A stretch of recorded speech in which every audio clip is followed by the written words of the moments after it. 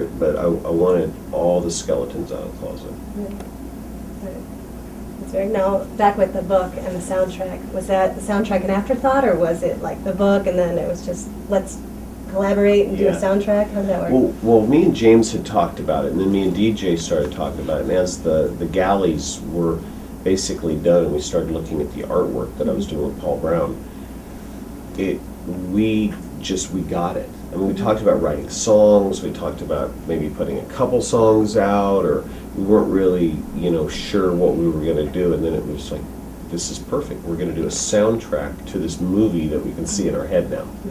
And it was another way of telling the same story, but not only my story, James and DJ and probably a lot of people's story, because as we got in there as artists and started doing songs, we would go, DJ would go, God, this reminds me of, or James would say, I had an experience like. So we used the character of Nikki Sixx or Sicky Nix in the book, but we were able to disconnect and sort of write for the character, but also plugging in each of our own experiences into it. Right.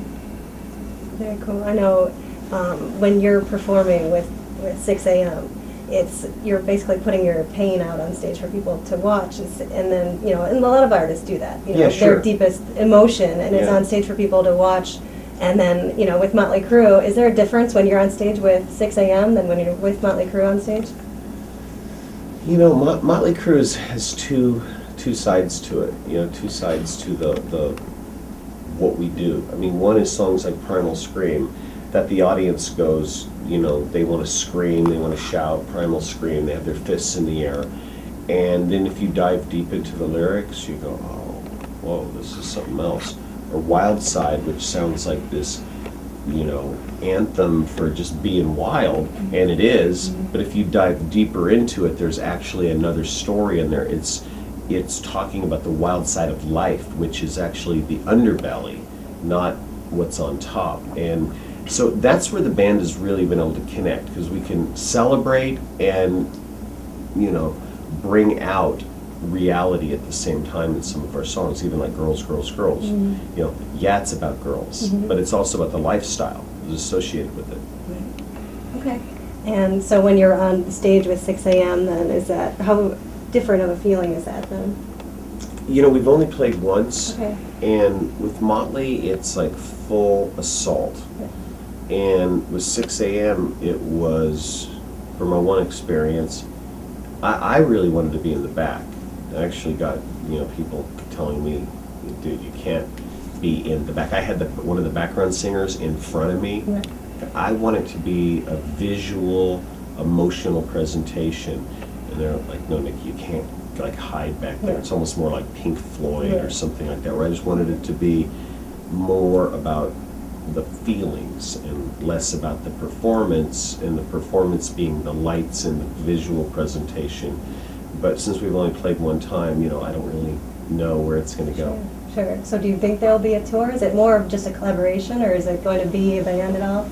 It is a band, and it is our first record, and it won't be our last record. I think that we've created a platform that we want to do again, which is a book, a soundtrack, and a destination. So maybe it's a play, maybe it's a movie, maybe it's a series, and it'll have to come from me writing a book, which I've started, working on a novel, which is going to take me a while because I've never done one. Yeah. So there's no time frame on it, even though the guys in the band are like, when's your book going to be done so we can start writing the album? I'm like, man, I've only got 3 chapters. Right. And I'll probably rewrite all of them. and change the whole concept. It's going to take me a while. Right. And you said maybe there's a play or a movie. I know I saw Alice Cooper last night, and he's very into theatrics on stage and stuff like that. So that'd be definitely a neat idea. If there was a movie made out of Heroin Diaries, who would you want to play you? If there was a movie on the Heroin Diaries, I could see it being more like The Wall, and there'd be such a visual part of it. It'd be so important that I don't know if the character, the actor, would be that important. I support and believe in unknown actors. Sure. Even when we're talking about The Dirt, Why would I want a known actor to play any of the members of the band? I think it should be really edgy, courageous young actors that are willing to really push the envelope, and you can look at them and go, I believe that you are that character. And one of the movies I saw that had a known actor was the Doors movie, Val Kilmer. I mean, he nailed it, but very rarely you go, that's so-and-so pretending to be so-and-so, and I think you gotta get past that, and I think that's what unknown actors can do. And your band 6 a.m., does AM, is that maybe like after Motley, or how did that come about? No, it's actually Ashba Michael. Okay. So it's all three of us. Okay. They wanted my name in it. I did not want my name in it. I was opposed to the band name. Right. I got outvoted.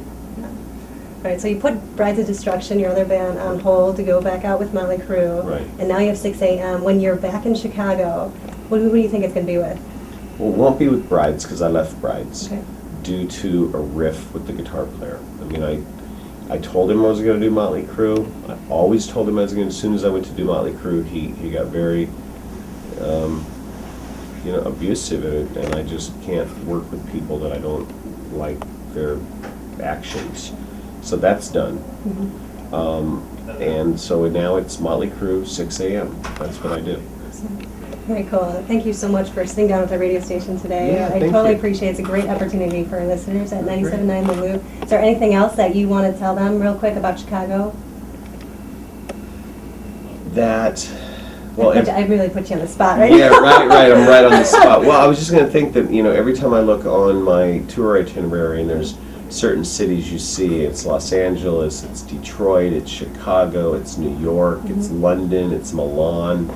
You go, yeah, you can't wait to get there. I mean, there's so many great cities out there, but there's certain cities that are magical, that you maybe just personally have a connection with, and this is like one of the cities. I mean, walking up and down Rush Street yesterday was just unbelievable. The energy out there. It's like a little New York right there. Very cool. Very cool. Thank you so much again. We really appreciate it. Thank you. you.